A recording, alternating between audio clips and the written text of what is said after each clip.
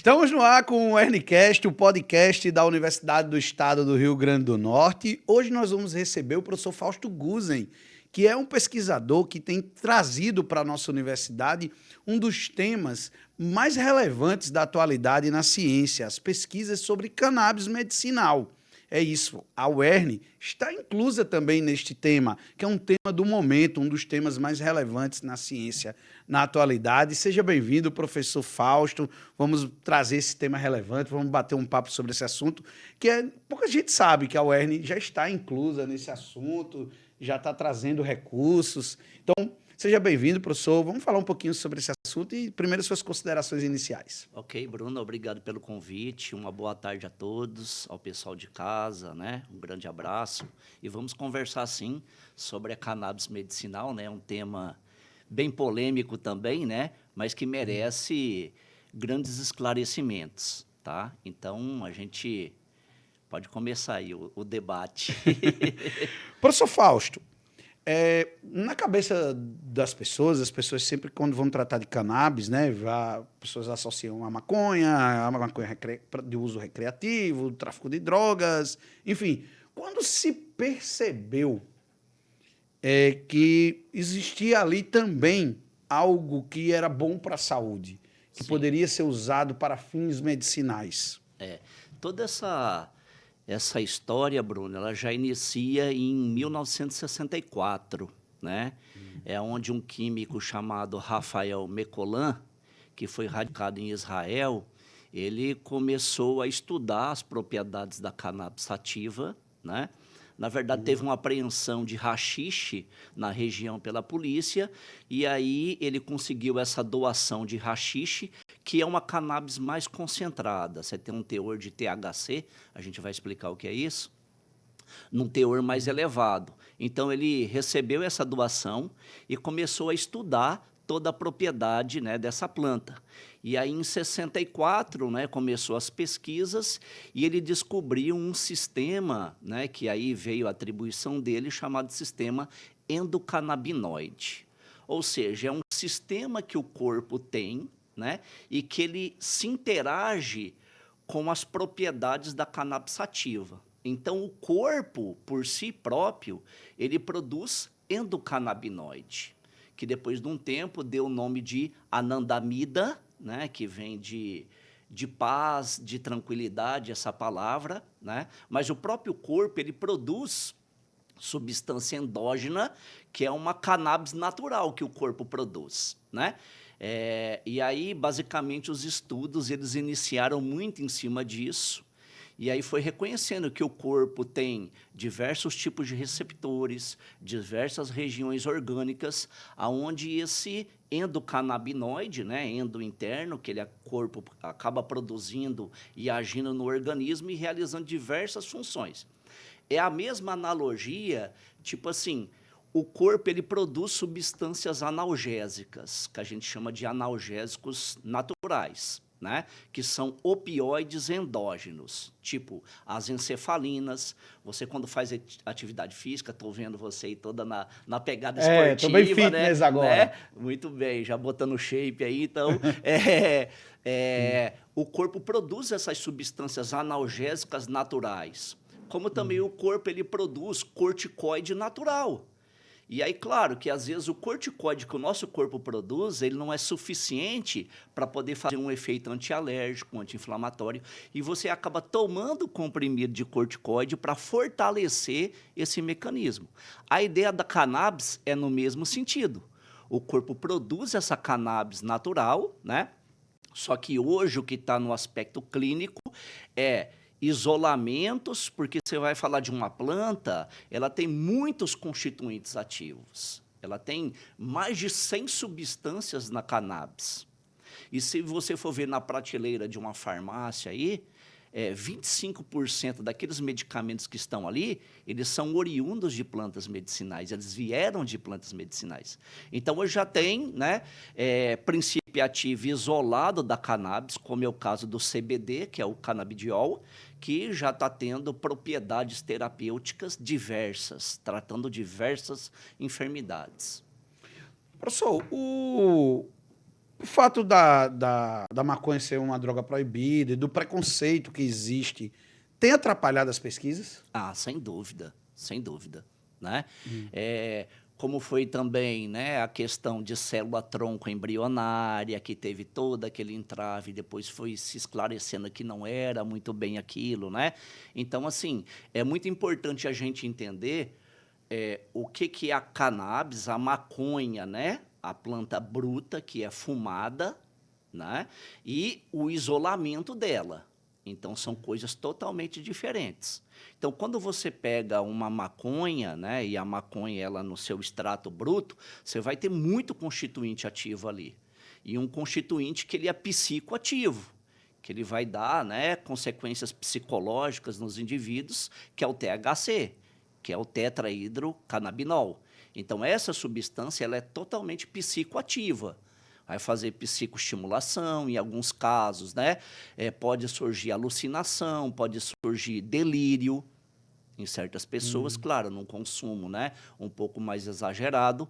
Mas aí, quando você vai para outros constituintes, ele já não tem já esse efeito psicoativo, como é o caso do CBD. Então, o CBD hoje já é um medicamento, já é uma realidade, está nas drogarias, né? Então, é aquilo que eu falei, você vê uma diversidade de constituintes ativos e aqui acaba isolando um constituinte ou outro e estudando a propriedade. Então, por exemplo, o CBD, o canabidiol, a Faculdade de Medicina da USP, lá em Botucatu, que foi uma professora que desenvolveu todo o estudo dele, e aí acabou fechando uma parceria com a indústria de medicamento alemã, que está no Brasil, que é a Pratidona Duzi, e aí o medicamento hoje está no mercado aí para acesso à população. Professor, hoje já existe no Brasil algum medicamento relacionado ao canabidiol patenteado? Já, Já já existe? tem. Já tem, já está nas prateleiras das drogarias, como eu mencionei, né? Esse medicamento da Prat, né? Então, claro, o medicamento controlado, né?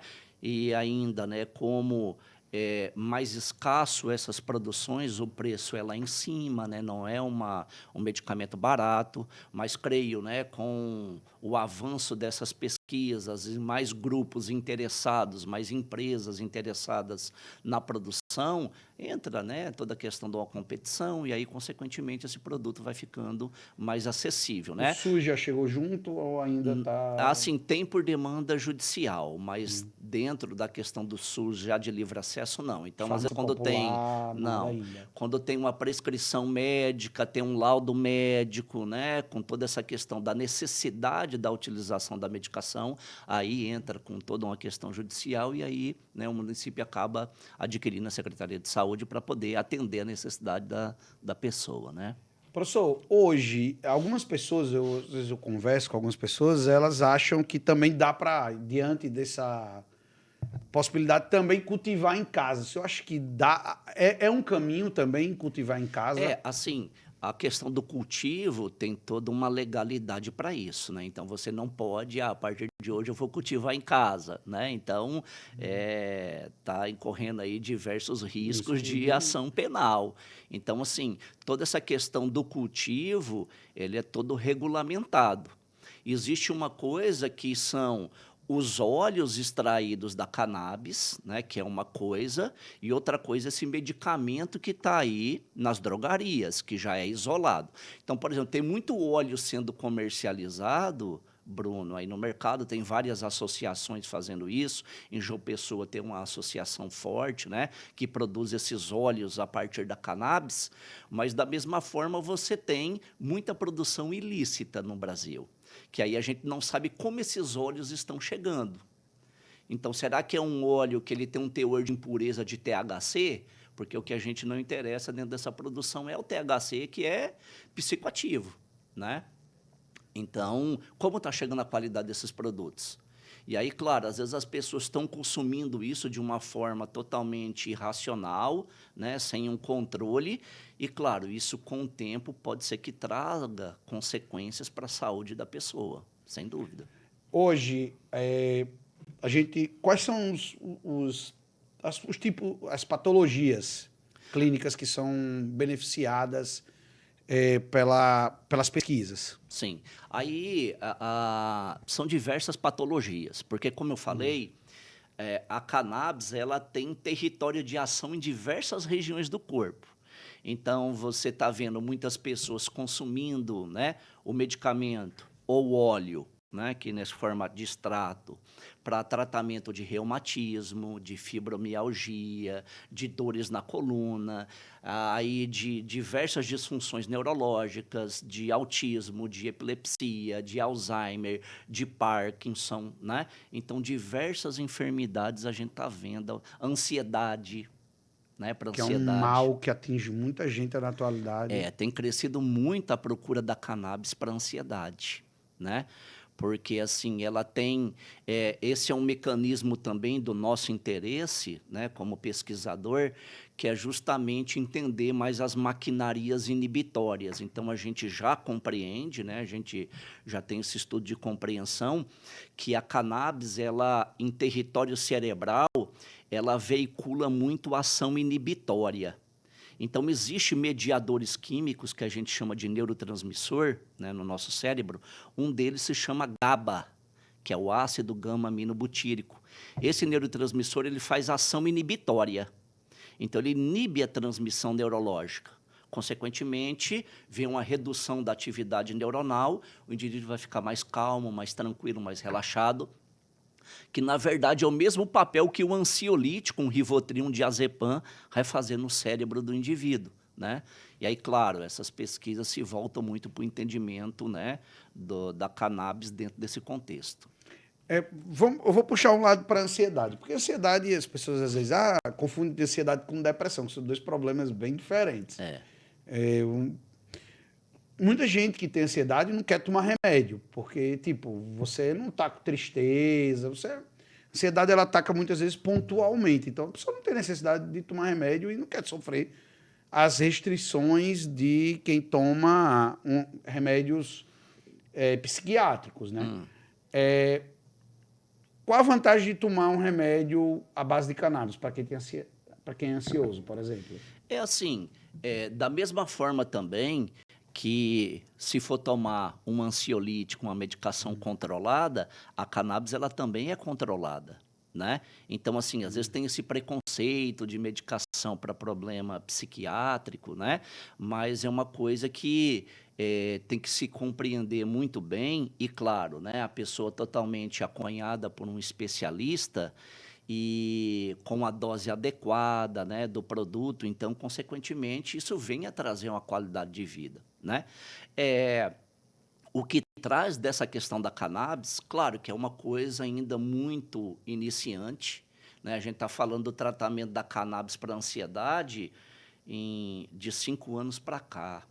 Se você for falar de um Rivotril, de um diazepam, você conhece ele desde 1960. Desde 1960. Então, você já sabe o que esse medicamento pode causar mais no organismo no uso a longo prazo, né? Então, claro, a gente tem que ter muita cautela também nessas questões de consumo, porque, às vezes, as pessoas acham que também é um milagre, né, que surgiu para poder tratar diversas coisas. E aí, claro, esse consumo desenfreado, a gente lá na frente, né, não sabe o que pode acontecer, porque tudo é muito novo ainda, então precisa ter muita cautela em relação a isso. Claro, os estudos, né, e esses tratamentos iniciais são bem promissores, né, de você ter o tratamento com um produto que ele faça a sua ação neurológica e ele não deixa resquícios no organismo durante o dia. Essa pergunta que você coloca, dá para fazer um contraponto, né, com essas medicações mais, né, convencionais no mercado, como eu falei, diazepam. A pessoa que toma um diazepam, normalmente, elas têm muito efeito, né, de resquício da medicação. Ou seja, ela vai tomar lá, né, um diazepam para poder dormir, por exemplo, para insônia, e aí espera-se, então, que o diazepam faça o efeito durante o sono, e quando ela vai acordar, né, tá disposta, sem ansiedade, né, regulada para enfrentar as atividades diárias. Mas na maioria dos pacientes não é isso que acontece. O paciente dormia 7 horas por dia, 8 horas por dia, vai dormir 12, né? Então, paciente que muda a sua postura, se você tem a postura assim, daqui a pouco, né, o olhar vai para baixo, né, o tronco curvado, os pés que não arrastavam começam a arrastar, a fala que não era uma fala enrolada começa a apresentar, porque o paciente acaba ficando mais inibido durante o dia também. Então, assim, toda essa questão da cannabis, ela traz, né, justamente um estudo mais direcionado para esse efeito de resquício não ser tão presente, né, no dia a dia da pessoa, como acontece com as medicações ansiolíticas. É interessante isso aí. É. Professor, hoje no mundo, qual é o foco, assim, o estudo de vanguarda envolvendo a questão da cannabis? Tem grupos muito fortes pelo mundo, né? Agora, sim, muito intenso mesmo no autismo. Muito intenso no tratamento do autismo, né?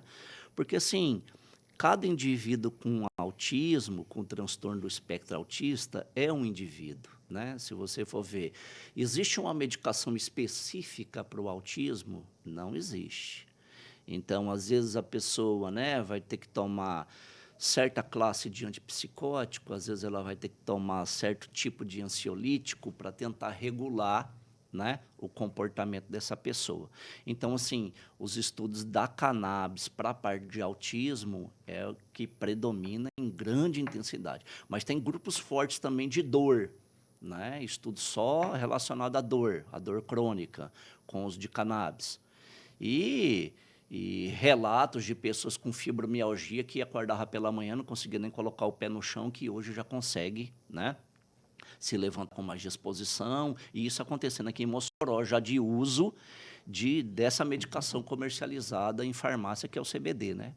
Sabe outra coisa que eu vejo, assim, que é muito comum você escutar relatos, as pessoas, inclusive internet, as pessoas falam muito de sono.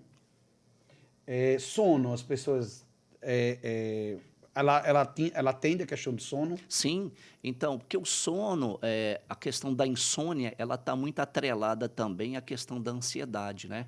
Então, hoje, por esse mundo totalmente agitado, globalizado, né? Então, é um mundo assim que, na verdade, se você for ver, dependendo como as pessoas se enquadram dentro do contexto aí mundial, o nosso cérebro não foi preparado para lidar com tantas adversidades que a gente está vivenciando. E adoece. E adoece na depressão, adoece na ansiedade, né? Então, da mesma forma que eu mencionei que a cannabis reduz essa transmissão neurológica, ou seja, vai fazer um efeito inibitório em certas áreas emocionais do nosso cérebro, isso vai trazer o relaxamento, vai trazer a calma, a tranquilidade, vai reduzir a euforia, a inquietação, a apreensão do indivíduo. E, com certeza, ele vai ter uma maior facilidade para poder entrar no sono, sem dúvida. Com relação à depressão, ela tem um efeito também? Então, tem muitos estudos relacionados a isso, porque, assim, em muitos indivíduos, a depressão e a ansiedade, ela caminha junto. É claro, né, você colocou bem, que às vezes o indivíduo, claro, tem ansiedade, não necessariamente ele vai ter depressão, ou vice-versa. Mas tem muitas pessoas que têm depressão e têm ansiedade. Na verdade, o sistema emocional é tudo na via interligada. Então, a partir do momento que você tem um produto que ele está regulando essa via emocional... Que tem depressão e ansiedade, meu amigo, é caos, viu? Né? Não é fácil, não. Né? E não é à toa também que vem aperfeiçoando esses medicamentos que possam tratar tanto a depressão como a ansiedade num único comprimido, que antigamente você tomava separado. Né? Então, hoje já tem, no meio terapêutico, né, a disponibilidade dessas drogas. Mas aí traz justamente essa questão também de você regular mais o sistema emocional e, claro, o benefício vai ser tanto para a depressão como vai ser também para a ansiedade. Entendi. Né? É interessante. Eu nunca tinha me tocado assim. A pessoa... Imagina, a pessoa ter depressão e ansiedade Justamente. Acontece. E em muitos casos, E no Brasil, não só no Brasil, como no mundo, né? Tem crescido muito os quadros de depressão, então, e de ansiedade também, que surgem por diversos contextos, né? A pandemia que a gente passou, Por exemplo, o consumo do Zolpidem, que é uma medicação para ansiedade Para e sono. indução de sono imediato, porque também hoje as pessoas não têm nem a paciência de esperar o sono, né? Fica mexendo no celular e Eles querem, desestimula o justamente. E aí sono. as pessoas querem tomar algo que já entre no sono de uma forma imediata. É tipo que não tem tempo para perder e também não tem tempo para perder para poder entrar na fase do sono, né? Então, o Zolpidem, a gente até publicou um trabalho no ano passado e até numa revista grandiosa do campo neurofarmacológico, né, que chama Current Neuropharmacology. E teve envolvimento de 2 alunos lá da medicina, né? Eu, o professor Rodolfo, né, que é meu parceiro lá Já de teve aqui pesquisa. já, falando sobre Já. sono. E aí a gente publicou esse trabalho sobre o uso, né, totalmente desregrado do Zolpidem, que aumentou 165% o consumo do Zolpidem na pandemia. Minha nossa. E aí você vê, né? Um país entra numa crise econômica, numa crise política, não adoece só o país, mas o seu povo também. A pandemia, né? Questões de conflitos conjugais, perda do emprego, né? Doenças incapacitantes, que cada vez está mais presente na vida das pessoas. É o câncer, estamos vivendo mais, mas também o câncer está aparecendo mais, as doenças, as demências, está aparecendo mais.